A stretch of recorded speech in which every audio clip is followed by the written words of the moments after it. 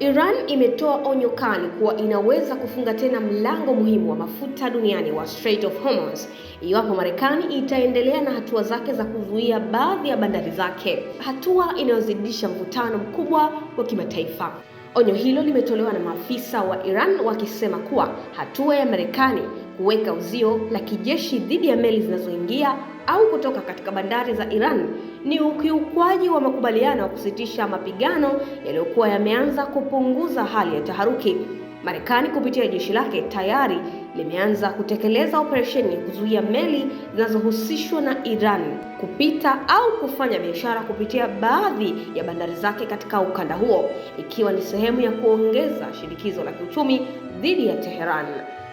Katika kujibu hatua hiyo, viongozi wa Iran wameonya kuwa kuendelea kwa blockade hiyo kunaweza kuifanya Tehran kuchukua hatua kali zaidi, ikiwemo kufunga tena mlango wa Hormuz ambapo tayari umefunguliwa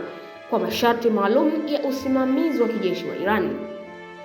Iran pia imesisitiza kuwa ina udhibiti mkubwa wa njia hiyo ya kimkakati na inaweza kuzuia au kuruhusu meli kupita kulingana na maslahi yake ya usalama, jambo linaloifanya kuwa na nguvu kubwa katika soko la mafuta duniani. Ingawa mlango huu umefunguliwa kwa meli za kibiashara, bado kuna masharti makali, ikiwemo meli kupata ruhusa kutoka vikosi vya Iran na kufuata njia maalum zinazowekwa, hali inayoongeza wasiwasi kwa sekta ya usafirishaji wa baharini. Wakati huo huo, Marekani imeendelea kusisitiza kuwa hatua zake hazizuii uhuru wa usafirishaji wa kimataifa, bali zinalenga moja kwa moja shughuli za Iran, ingawa wachambuzi wameonya kuwa hali hiyo inaweza kuchochea mzozo mkubwa zaidi wa kijeshi.